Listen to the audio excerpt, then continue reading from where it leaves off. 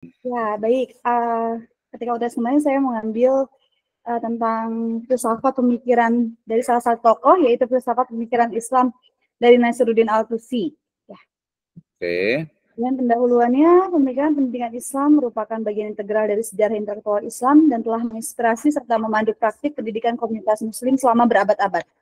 Salah satu tokoh penting yang memberikan kontribusi signifikan dalam bidang ini adalah Al-Tusi.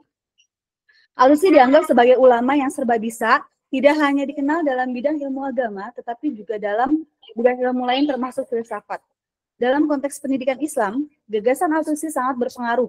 Pemikirannya mencakup berbagai aspek, mulai dari metodologi pendidikan hingga tujuan dan nilai pendidikan dalam kerangka Islam. Biografi Nasiruddin Al-Tusi.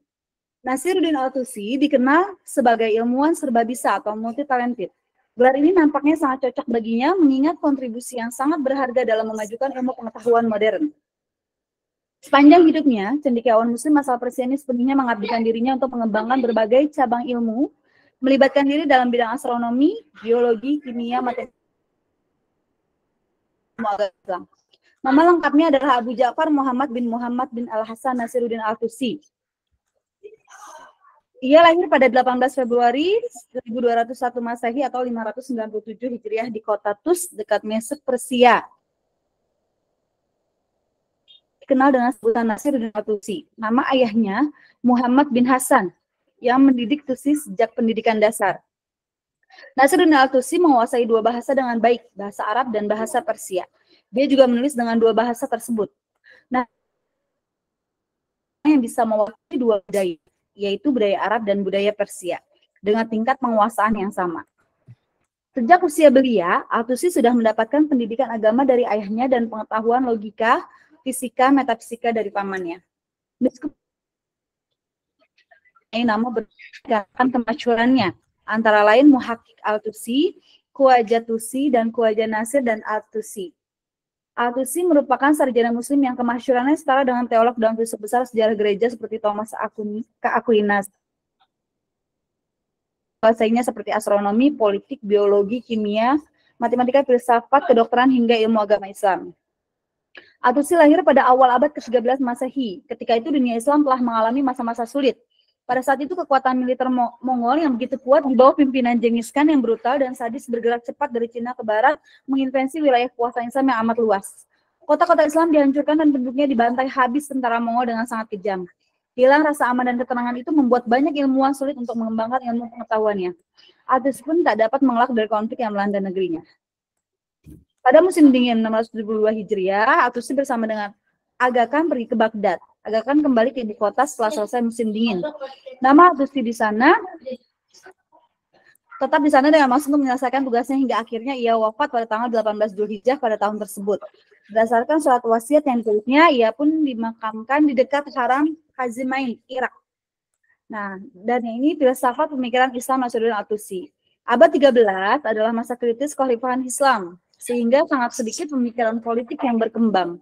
Pada periode pasca Mongol tersebut, akan tetapi Al-Tusi merupakan seorang pemikir cemerlang yang memainkan peran intelektual dan pemikiran pemerintahan pada masanya. Al-Tusi tidak menciptakan pemikiran baru, tetapi ia mengadopsi dan mengembangkan pemikiran yang sudah ada. Ia mempelajari filsafat Yunani dan Islam, misalnya lewat karya-karya Aristoteles, Al-Farabi, Ibnu Sina, dan sebagainya. Ia juga dikenal ahli dalam bidang teologi dan fikih yang sangat berpengaruh di Nisapur, sebuah kota yang menjadi pusat peradaban yang sangat berpengaruh. Dalam pemikiran agama, Al-Tusi mengadopsi ajaran-ajaran Neoplatonik, Ibnu Sina, dan Surawardi, di mana keduanya menyebutkan bahwa demi alasan-alasan taktis, orang bijak atau hukama bukan sebagai filsuf. Nasiruddin Al-Tusi sendiri berpendapat bahwa eksistensi Tuhan tidak bisa dibuktikan, namun sebagaimana doktrin Syiah, manusia membutuhkan pengajaran yang otoritatif sekaligus filsafat. Dalam pemikiran politik, Al-Tusi cenderung menyintesiskan ide-ide Aristoteles dan tradisi Iran. Ia menggabungkan filsafat dengan genre nasihat kepada raja, sehingga ia tetap memelihara hubungan antara Syiah dan filsafat. Buku etiknya disajikan sebagai sebuah karya filsafat praktis. Karya tersebut membahas persoalan individu, keluarga, serta komunitas kota, provinsi, desa, atau kerajaan. Di antara pemikiran dari filsafat Al-Tusi itu ada 3, ya, di antaranya itu 1 filsafat metafisika, 2 filsafat etika, yang ketiga filsafat jiwa. Nah, karya-karyanya dari Nasiruddin Al-Tusi juga ada banyak di antaranya Ada hampir 145 buku dalam bidang ilmu matematika, astronomi, geografi, dan fisika. Di antara karya-karya Al-Tusi yaitu karya di bidang logika, karya bidang metafisika, bidang dogmatik, aritmatika, geometri dan trigonometri, di bidang astronomi, optik, seni atau syair, dan juga di bidang medis. Kesimpulan, nama lengkap Al-Tusi adalah Abu Ja'far Muhammad bin Muhammad bin Al-Hasan Nasiruddin Al-Tusi. Beliau lahir pada 18 Februari 1200 Masehi atau 597 Hijriah di kota Tus dekat Mes, Persia. Dan beliau wafat pada tanggal 18 Zulhijjah 672 Hijriah. Beliau dikenal dengan sebutan Nasiruddin Al-Tusi. Karya-karya Al-Tusi tadi meliputi berbagai bidang, yaitu logika, metafisika, etika, dogmatik, astronomi, aritmatika, geometri, dan trigonometri, seni, syair, dan medis. Pemikiran filsafat Al-Tusi terbagi menjadi 3, yaitu filsafat metafisika, filsafat etika, dan filsafat jiwa. Daftar pustakanya diantaranya dari beberapa jurnal. Mungkin cukup sekian itu, Pak. Terima kasih. Oke, terima kasih Bu Maya saya panggil ya. Oke, dari 3 ini, nanti ada 2 lagi, satu lagi nanti ini harusnya nilainya harus A nih ya, A+ nih harusnya nih ya, nanti diinget-inget nih ya. Baik, Ibu Maya tadi ada beberapa hal ya, sama juga 2 masukan dari saya.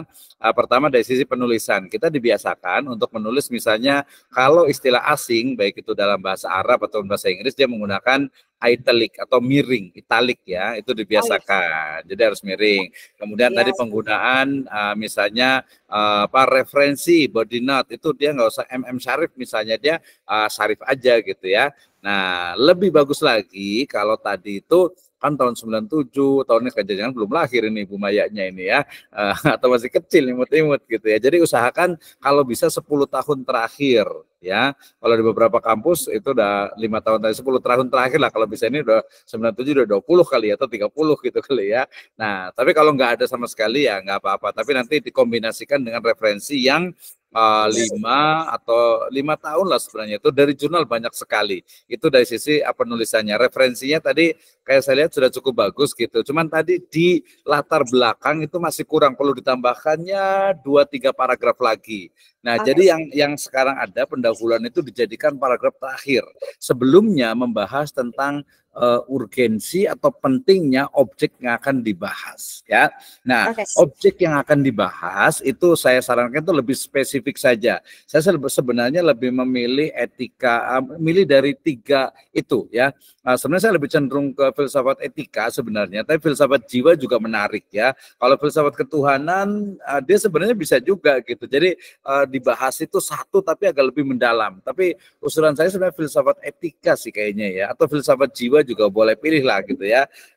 Kalau 2 etika dengan jiwa masih bisa ya. Metafisika sendiri itu sangat panjang gitu ya. Jadi nanti terus tadi pendahulunya ditambahkan, kemudian setelah itu baru nanti biografi. Nah, tadi yang buku itu karya itu dimasukkan ke biografi saja.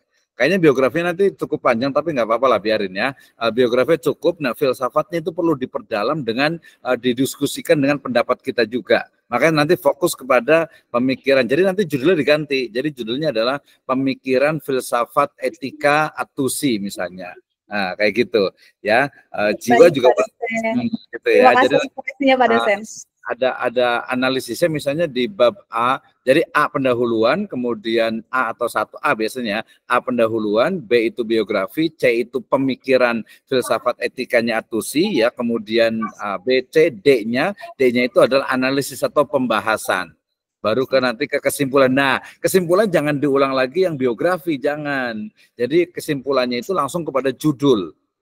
Ya, judul. Jadi judulnya apa? Pemikiran. Berarti kesimpulannya adalah bahwa pemikiran filsafatnya filsafat etika At-Tusi adalah pertama, 2, 3 atau mungkin seperti ini. Jadi biografi di kesimpulan itu sudah tidak diperlukan lagi. Tapi good job katanya itu, barakallahu fiki ya. Sudah cukup bagus lah. Ini ingat-ingat nanti kalau nggak dapat nilai nanti boleh protes ke saya ya. Terima kasih banyak Pak dosen. Terima kasih.